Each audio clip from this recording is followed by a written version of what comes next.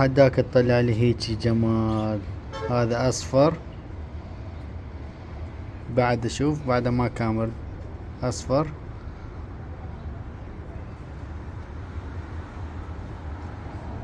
بعد صغير كلش.